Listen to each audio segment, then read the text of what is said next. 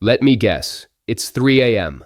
The house is dark, it's silent, and your eyes just snapped open. Not from a dream, but from that feeling, that relentless, nagging pressure in your bladder that simply will not be ignored. For the second, maybe the third time tonight, you are swinging your legs out of the warm bed. Your feet hit the cold floor. You're not even fully awake, but you are already angry. You're angry because you know that tomorrow is now ruined. You know you'll be groggy, irritable, and walking through a mental fog all day. You go to the internet, you type in, "Why do I wake up all night to pee?" And the internet gives you two terrifying answers. Answer one screams, "It's a deadly disease, your kidneys are failing." Answer two says, "Oh, that's just old age, it's normal, get used to it, you just have to suffer." I am here to tell you that both of those answers are garbage. Panicking is not a plan, and suffering is not an option. Now, my specialization is in men's health, but let's be crystal clear, this problem, Nocturia, bothers women just as much as it does men. It's one of the most common complaints I hear from all my patients over 60. So the experience I'm sharing and the tips I'm giving apply to absolutely everyone who is sick and tired of waking up. I will not waste your time. Here's the plan. First, we are going to destroy 6 dangerous myths about this problem. Then I'm going to give you 6 real, practical, working tips you can start using tonight. And you must stick with me to the end. I've saved the 6th and final tip because it is, without question, the most important piece of advice you will ever hear about this. All right, let's jump right into the big one that makes everyone panic. Myth number 1. Waking up to pee means I have a deadly disease. You type in your symptoms and the internet screams terminal kidney failure or advanced heart disease. You lie there at 3 a.m. and the worry becomes worse than the wake-up call itself. Let's get this straight right now. Nocturia itself is not a disease. It's a symptom. That's all. It's your body's check engine light. Is it annoying? Yes. Can it point to an underlying issue that needs attention? Absolutely. And we are going to cover that. But for millions and millions of us over 60, it's an incredibly common condition. You are not alone. Panicking just raises your blood pressure and makes your sleep worse. The goal isn't to panic. It's to become a detective for your own body. Micro tip. Reframe your thought. Stop saying, "My body is broken." Start saying, "My body is sending me a message, and I'm going to learn how to read it." And speaking of helping, if you are one of the millions getting up 2, 3, or even 5 times a night, do me a quick favor and tap that like button. It's free for you, but it tells the YouTube computers this is an important video, and they will show it to more people who are tired and worried. Thank you for that.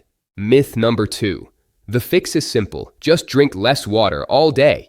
This sounds so logical, but it's one of the most dangerous pieces of advice you can follow. For anyone over 60, dehydration is a fast track to dizziness, confusion, constipation, and a disastrous fall. And here's the irony. When you're dehydrated, your urine becomes more concentrated and acidic. This super concentrated urine can irritate the lining of your bladder, making you feel the urge to go even more often. Then, by 7 p.m., you're so parched that you chug 2 big glasses of water, guaranteeing you've just bought yourself 3 tickets to the bathroom. You need your water. The answer isn't less water, it's smarter water. Micro tip. Front load your fluids. Be a morning plant. Drink freely from the moment you wake up till mid-afternoon. After 3 or 4 p.m., you don't cut yourself off. You just sip. You don't chug. Myth number 3. It's 100% my prostate for men or a weak bladder for women. Gentlemen, the moment you mention this, your buddy says, "Oh, it's your prostate." So you waste hundreds on prostate fix-it pills. Ladies, you're told it's just a weak bladder after kids. So you do Kegels at every red light and you're still getting up. Listen, can an enlarged prostate or a weak pelvic floor be factors? Yes, but for a huge number of people over 60, that is not the main problem. The problem often isn't the container, your bladder. The problem is the factory, your kidneys. The issue isn't that your bladder is weak. The issue is that your kidneys are producing a massive amount of urine at night. The medical term is nocturnal polyuria. Nighttime, too much urine. Your bladder is just doing its job. The real question is, why are my kidneys working overtime at night? The answer, surprisingly, is often in your ankles. Micro tip: stop blaming your bladder. Tonight, before bed, take off your socks. Look at your ankles. Are they puffy? Do your socks leave a deep line that stays there?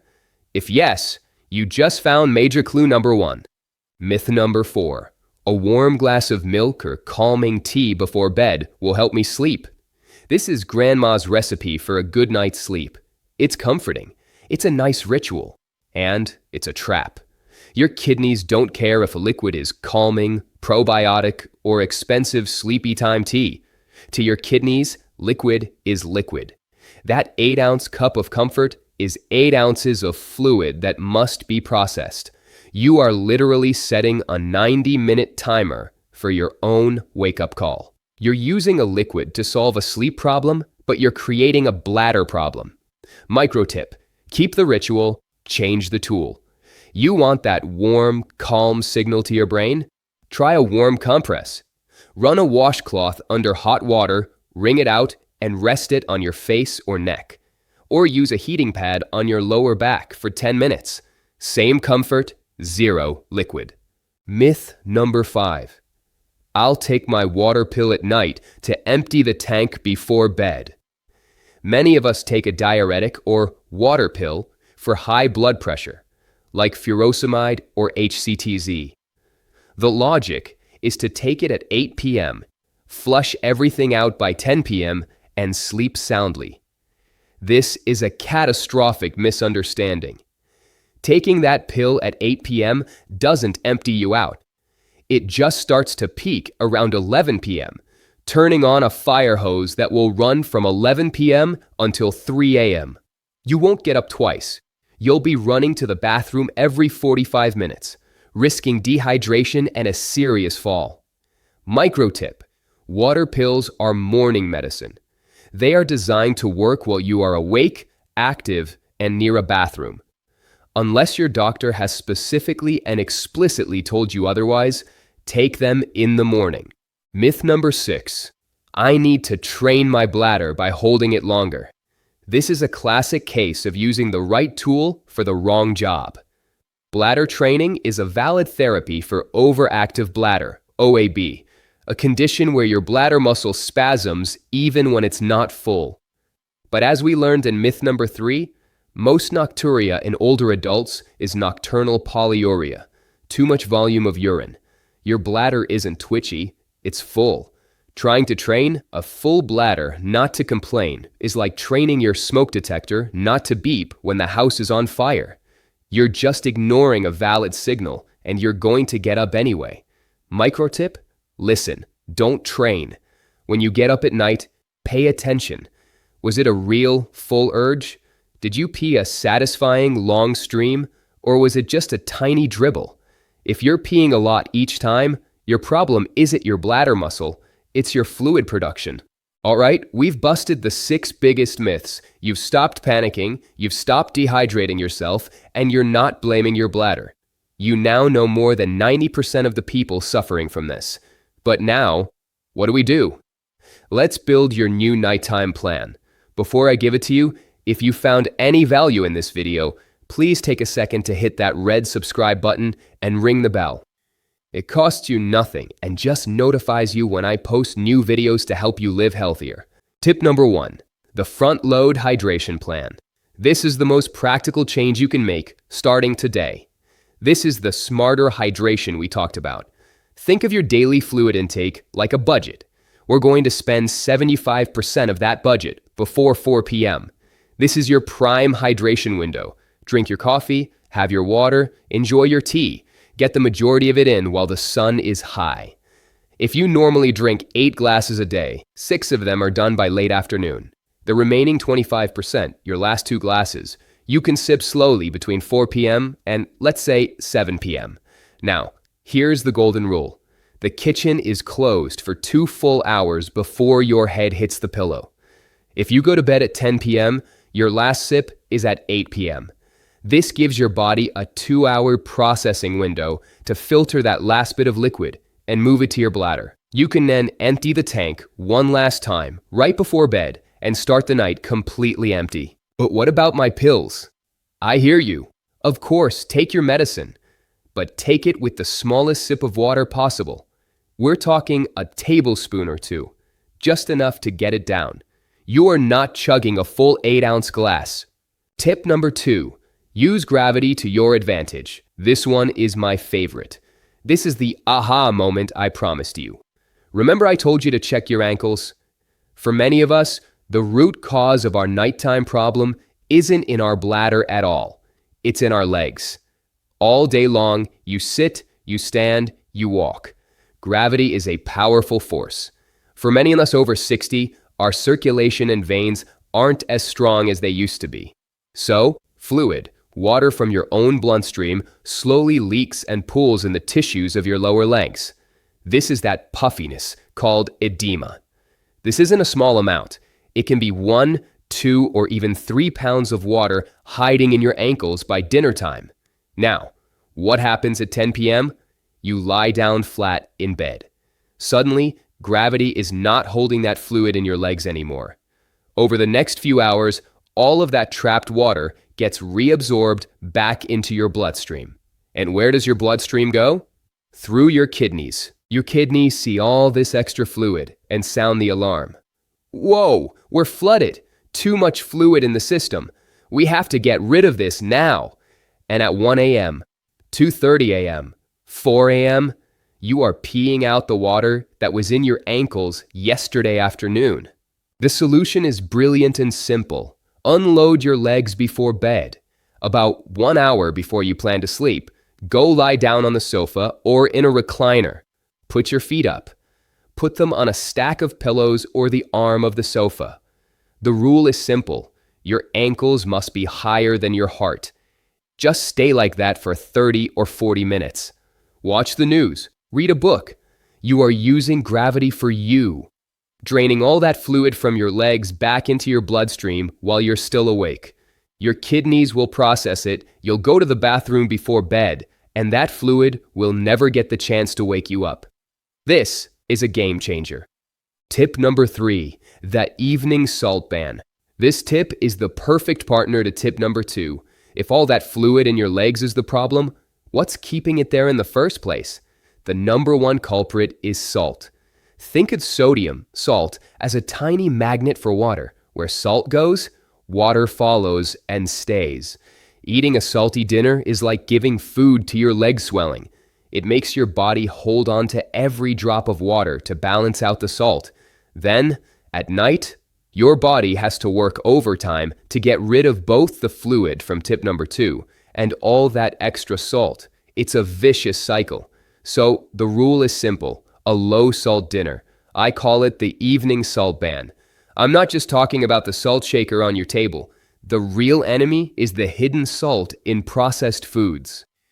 Here is your do not eat for dinner list. Canned goods. Canned soup is the worst offender, but also canned vegetables, stews, and fish. They are loaded with sodium to preserve them. Processed meats. Hot dogs, sausages, bacon, ham, jerky, and any deli meat. They are literally cured in salt. Cheese, especially hard, salty cheeses. A little is okay, but a heavy, cheesy meal is a recipe for a bad night. Pickled things and sauces. Pickles, olives, sauerkraut, and the bottled sauces. They are just liquid salt. Have a simple, fresh dinner. A baked chicken breast with herbs. A piece of fish. Steamed vegetables. A salad with a simple oil and vinegar dressing. This, plus putting your feet up, will make a massive difference. Tip number 4, the proactive tip. Compression socks. Let's move on to the pro-level move. Tip number 2, feet up, drains the fluid. Tip number 3, no salt, reduces the fluid. This tip prevents the fluid from ever pooling in the first place. The tool? Compression socks or stockings? I know, they aren't the height of fashion. But who cares about fashion when you're getting a full 8-hour night of sleep? These aren't just tight socks. They are medical-grade garments. You put them on in the morning, before the swelling starts, like right after your shower. You wear them all day. They give your legs a gentle, constant, supportive squeeze. This squeeze supports your veins and makes it much, much harder for that fluid to leak out of your bloodstream and pool in your ankles. Critical. You must talk to your doctor before you go out and buy these. You need to be measured for the right size and the right pressure level. You also need to make sure you don't have any other condition, like peripheral artery disease, PAD, that would make these socks a bad idea for you. This is a fantastic 1-2 punch. The socks prevent the swelling, and putting your feet up drains any little bit that still got in. Tip 5, the double void technique. This is a simple, practical trick for right before bed. It's especially helpful for anyone who feels like they just can't empty the tank in one go, particularly gentlemen with an enlarged prostate. Here's how you do it correctly. Right before bed, go to the bathroom. Sit down on the toilet. Yes, gentlemen, for this to work, you should sit. Relax and empty your bladder normally. Don't rush. Now, instead of getting up, stay seated. Take a deep breath and just relax for 20 to 30 seconds. Then, lean forward slightly. You can rest your hands on your knees. You can also try gently rocking your pelvis back and forth. Don't push or strain. Just relax your muscles again and see what happens. You will often be surprised that another ounce or two of urine comes out. That is the leftover bit, the residual urine that would have woken you up at 1 a.m. This ensures your bladder is as empty as possible before you turn out the lights. We've made it to our final tip, and as I promised, tip number 6 is the most important piece of advice in this entire video. Tip number 6, the doctor's diary, the most important tip. Thank you for staying with me for this. This tip is called the doctor's diary. The first 5 tips will help you manage the symptom and get more sleep starting tonight. But they do not cure the cause. Remember, Nocturia is a check engine light. You can't just put tape over the light and pretend you fixed the engine. So here's your homework for this week.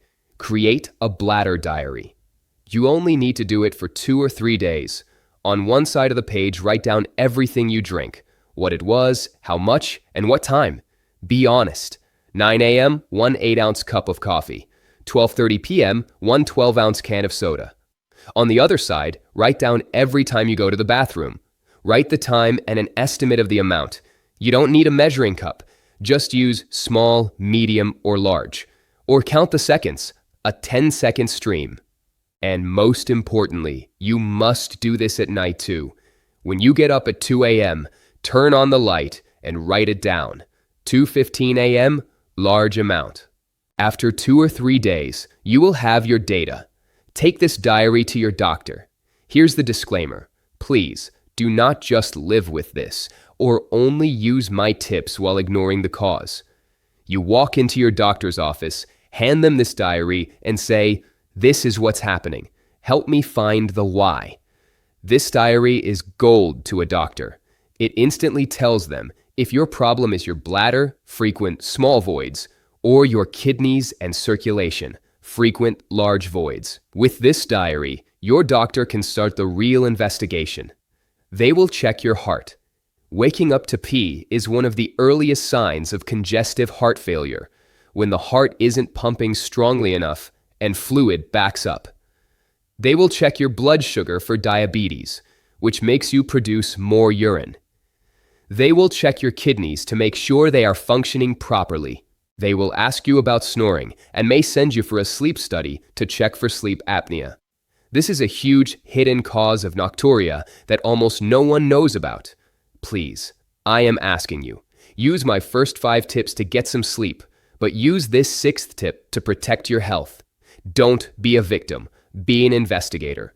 Don't ignore this signal. And before you go, if you found these tips helpful, please like this video and subscribe to the channel. It's not just a way to say thanks for the work I do. It also helps YouTube show this information to other people who need it. That's probably how you found this video. So now you can help someone else too. Remember, waking up at night is not a reason to panic. That it's also not something you just have to suffer through as part of getting older. It's a reason to act.